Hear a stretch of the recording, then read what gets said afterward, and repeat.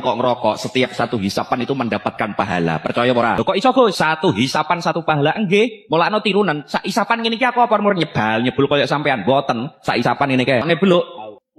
Ngono. Berarti dadine Allah. Benar nggak yang dia ucapkan ini? Apakah ngisap rokok itu berpahala? Saya akan jelaskan dalam 4 poin, lengkap dengan semua dalil dari Al-Quran dan juga penjelasan sains. Pertama, karena dia membinasakan. Dalilnya di surat Al-Baqarah ayat 195. Wala tulqu bi'aidikum ila tahlukah. Jangan kamu jerumuskan dengan tangan-tanganmu sendiri kepada kebinasaan. Fakta membuktikan. Pertama, ijma kesepakatan semua dokter bahwa rokok itu membahayakan. Nggak ada dokter yang membolehkan. Yang kedua, data dari WHO sendiri tahun 2025. Per tahun ada korban jiwa lebih dari 7 orang. Alasan kedua karena rokok termasuk khaba'ith. Dalil pengharamnya ada di surat Al-A'raf ayat 157. Wa yuharrimu 'alaihimul khaba'ith. Dan dia Allah mengharamkan segala jenis khabith. Rokok termasuk khabith yang buruk, berbahaya. Fakta berbicara, rokok mengandung 70 bahan kimia penyebab kanker. Dan ini bahkan nggak ada di hal-hal yang haram lainnya seperti babi, khomer. Bahkan jika dikonsumsi terus-menerus, rokok disebut lebih parah dibandingkan khomer dan babi. Yang ketiga, unsur tabdzir atau pemborosan.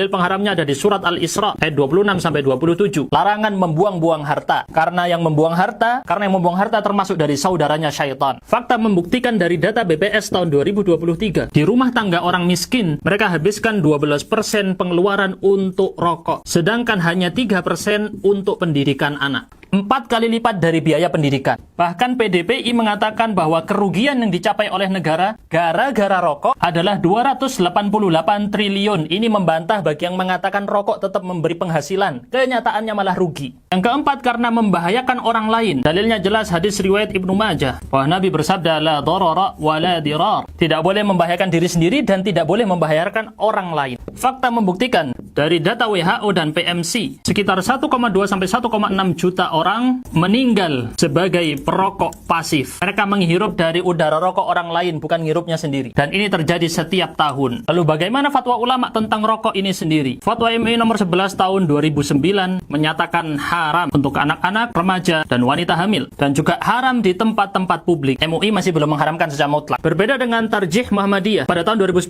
mereka mengharamkan rokok, dan pada tahun 2020 mereka mengharamkan vape. Bagaimana dengan lembaga fatwa di Arab sana? Lembaga fatwa Arab Saudi jelas mengharamkan. Begitu juga dengan lembaga fatwa dari Mesir, menyatakan haram juga. Termasuk negara-negara tetangga seperti Filipina, Singapura, Malaysia, dan banyak sekali negara lain semuanya mengharamkan. Yang perlu dicatat ada fatwa dari Al-Azhar yang jelas mengharamkan bukan hanya rokoknya saja, tapi juga bagi yang membeli, menjual, dan memproduksinya. Lalu dengan semua banjir data dan fakta ini, apakah masih mau dikatakan menghisap rokok itu berpahala? Coba dipikir ulang.